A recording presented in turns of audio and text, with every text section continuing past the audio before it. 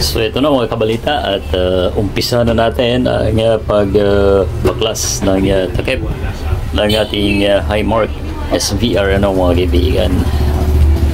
Ito ay mag-function wala mga voltahe ang ating output. Ito 110 to 20. So yan ang susubukan natin gawin mga kaibigan. Kaya samahan niyo po muli ang inyong lingkod sa atin na namang isang video na ibabahagi po sa ating mga televiewers. Magandang araw sa ating lahat mga kaibigan. Ayan, isang servo AVR mga kaibigan. Ang ating gagawin, ito na, laki. May sakit na siya sa kapatid. Minsan din may iwasan sa paggamit po natin ay nasira. Lalo pa kapag madalas mag-fluctuate ang power po natin mga kaibigan. Isang dahilan upang ito ay magkaroon ng problema. Lalo pa na overload po natin ang ating kinakarga dito.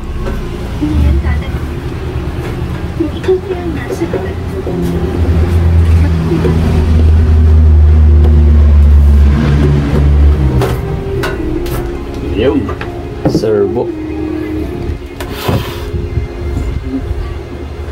laki ng motor coil ng mga kaibigan. Pero ikaw, kung hindi ka naniniwala sa akin,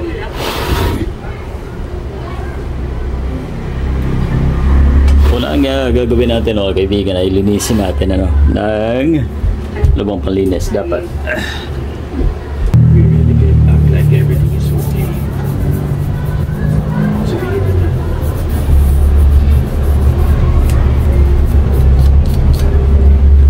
Tungkol ba ito sa nangyari? Yung wag lang masyadong matapang Ayan kasi puro alikabok.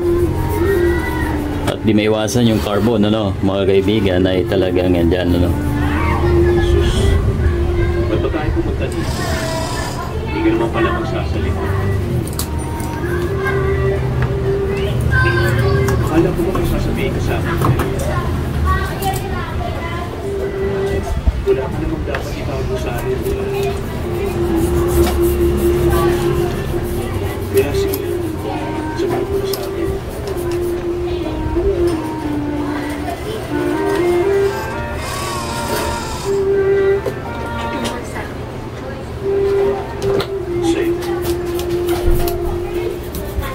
Bakit na hindi pa ba ako alam?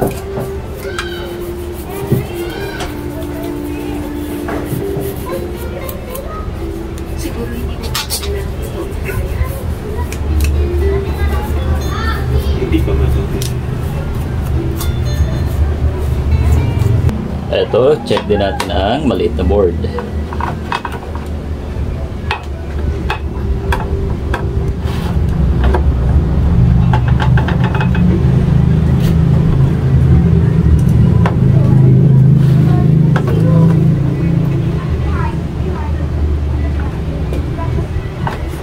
Alinis na natin so wala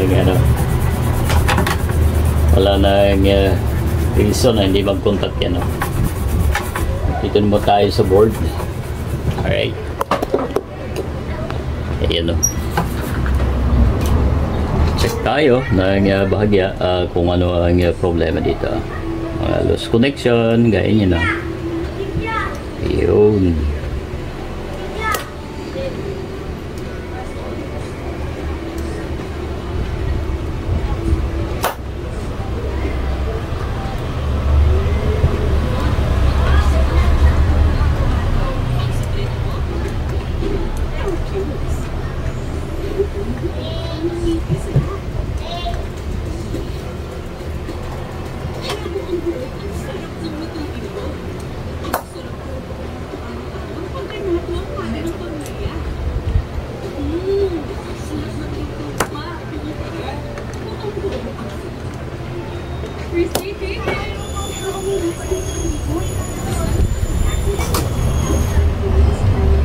Ito yung relay natin so hindi po gagana unless na hindi po yun mag-trigger, ano. Hindi po pumitik ang relay natin, so wala tayong masusukat ng mga voltahe sa output, mga kaibigan. Ayan, ang isang reason, ano. Susukatan po natin ang voltahe yan, mga kabalita.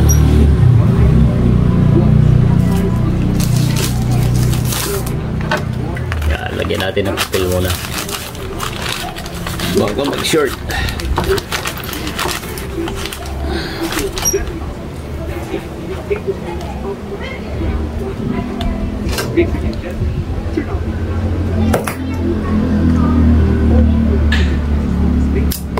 Ayun, oh. O, pumitik, mga kaibigan. Narinig nyo. Ibig sabihin, may loose connection. Alright. Yung mga simpleng bagay, ano, bago tayo proceed sa ibang problema ay mag-solder muna, no, mga kaibigan. Yan ang isa sa mga steps na ginagawa natin, ano.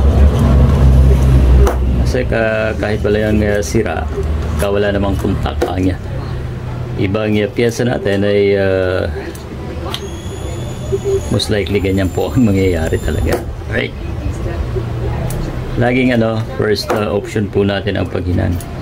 Pagka matagal na po ang anumang unit, kailangan intact ang mga solder. Tagal po kasi ay nauubos yan, at umaawang, mga kaibigan. So, subukan natin.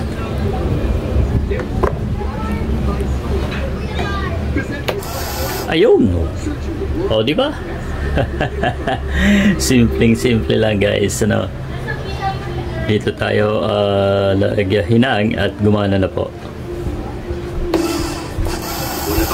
Ayun, o.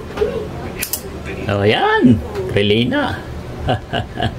Goods na ang ating unit na ito. Subukan natin ang output. Alright. Easy tayo, no? Kasi hanggat di yan mag-relay, hindi po yan gagana. Okay, subukan natin ang 220. Ito na. Ayan. Yun, o. Oh.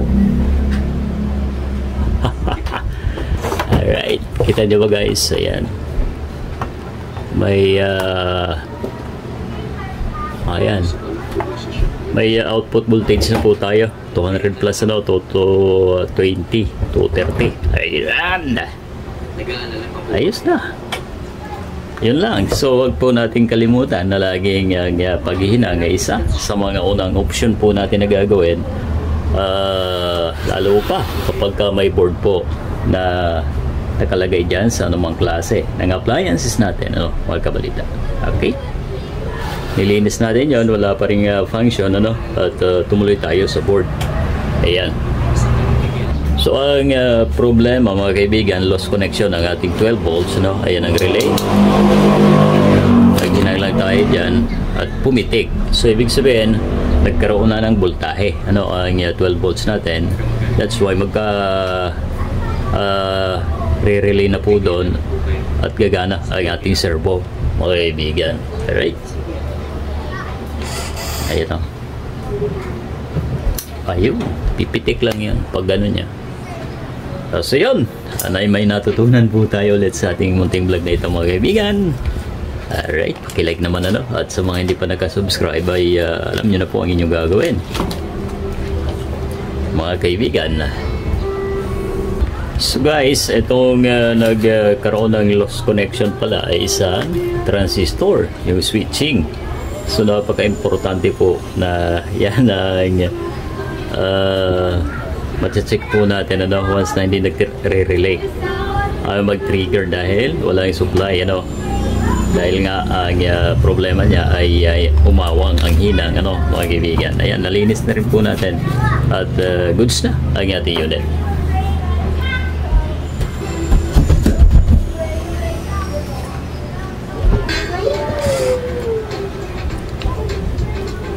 Yung pitik na, sukatan natin ulit ang output. Unahin natin ang 110. Alright, ayan, may 110 na po tayo, 220. Ayan, Okay. Goods. Thank you sa inyong panonood.